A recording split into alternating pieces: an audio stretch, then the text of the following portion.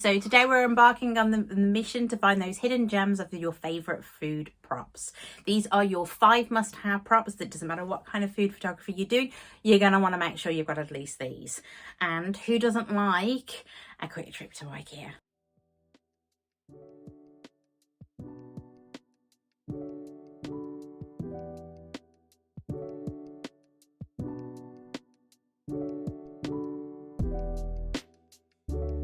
So from charming plates to whimsical utensils, we'll leave no isle unturned. Let's get going. Okay, so the first one you're going to need is matte plating. And the reason why I say this is so many people think they can just grab a plate out of their cupboard, and yes, these things can work, but reality is if you use a gloss plate, you're going to have issues with reflections and specular highlights. Now, sometimes this is exactly what you want if that's the style you're looking for. However, if you're new to food photography, then I highly recommend getting your hands on a matte ceramic plate and bowl to make sure that you have those issues that you don't have to deal with. Okay, you don't want to be dealing with reflections. It's too difficult, it's too distracting, it's a pain in the ass. Okay, let's make this as easy as possible for you. The second thing you're going to need is miniature bowls. There is absolutely nothing worse than realizing that you want to put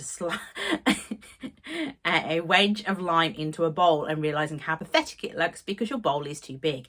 Having a miniature bowl can really make those individual ingredients pop. Okay, so grabbing yourself a small ceramic ramekins can really help you when you do this kind of thing, especially for sauces, dips, toppings, you name it. Okay, you all need a decent cutting board. Okay, cutting boards are absolutely brilliant, and this is where you can start to show a bit of your personality. You need to make sure that you've got something with all the different textures, so wood, metal, slate, marble, granite. You can pick different colors. Okay, this is where you can really stylize and find your different niche. Okay? We're going to build a bit of texture into this, so you're going to need your linens. Okay, napkins are absolutely fantastic, tablecloths, tea towels. Tea towels are my go-to, if I'm honest. They're cheap and cheerful. You can get them pretty much anywhere, and you can get them in a multitude of different designs.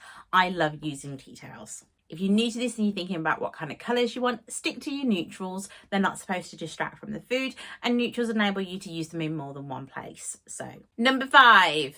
Hardest one to keep your hands on and absolutely most annoying to deal with is fresh fruit, spices and garnishes. Okay, keeping those fresh mint leaves in is an absolute do-so. So if you've got a kid, get them to grow some mint in the garden or a pot or on your windowsill, because I'm telling you now, that fresh little sprig of mint added to so many different of my dishes has really helped just elevate it and boost it to the next level. And remember, while it's good to have these props on hand, it's really important that you pick the right backdrop and lighting to make sure that you nail your food photos. So make sure you check out those, because you're going to want to see them.